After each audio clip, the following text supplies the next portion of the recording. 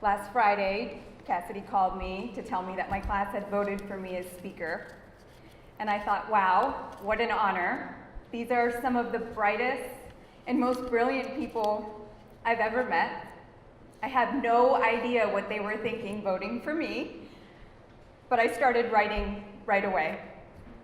Now, I'm a bit of a planner, so I spent hours and hours and hours trying to come up with the perfect words. And when I thought that I had a solid draft, I called my mom and I said, "Mom, I'm graduating on Friday.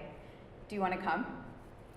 And she said, "Graduating from what? Didn't you graduate already? How much more schooling can you possibly do?" And I said, "Mom, I'm graduating from American Express Leadership Academy at the ASU Lodestar Center. I've been rambling on about it for 9 months. It's one of the most prestigious leadership academies in the Valley, and we won best class ever." And she said, "Oh, well, that's great. But isn't leadership just telling people what to do? Why would you need a class for that?" And so I took my speech that I spent the entire weekend working on, and I crumpled it up. I love making fun of my mom. She's my best friend in the whole world, but she posed a valid question. What is leadership if it's not just telling people what to do? You see, my mom, to her, leadership has always been more about being managed, not being led. She was pulled out of school when she was 12 years old. She didn't even finish 7th grade. Her marriage was arranged to my dad, who was also pulled out of school and didn't even finish 8th grade.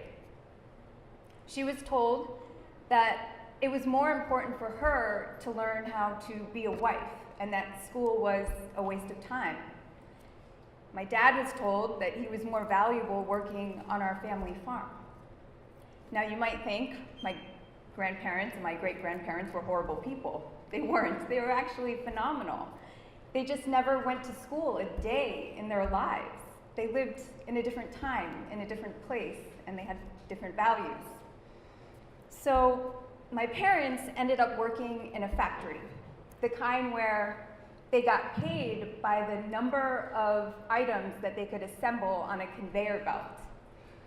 So when my mom asked this question, well, what is leadership if it isn't just managing people, telling them what to do, I understand, because that's her experience in terms of leadership or management. But the academy taught me that leadership is so much more. Leadership is about understanding that no matter who you are, or what your socioeconomic status is, or what your title is, we are all human.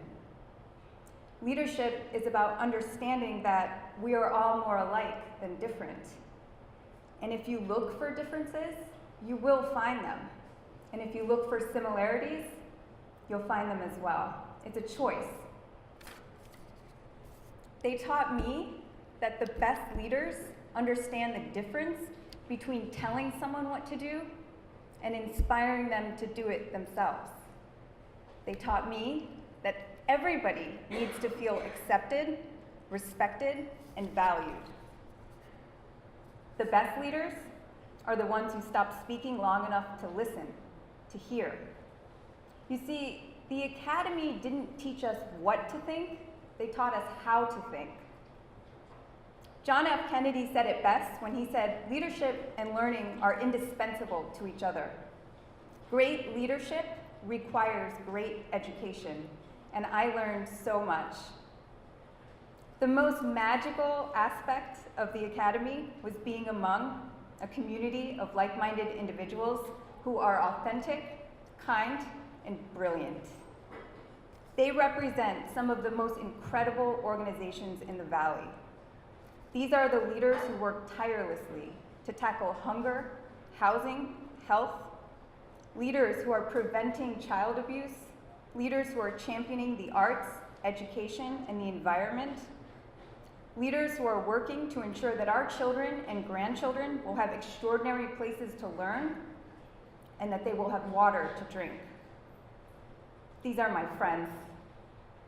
They accepted me for exactly who I am, with all of my imperfections, insecurities, and extreme dorkiness.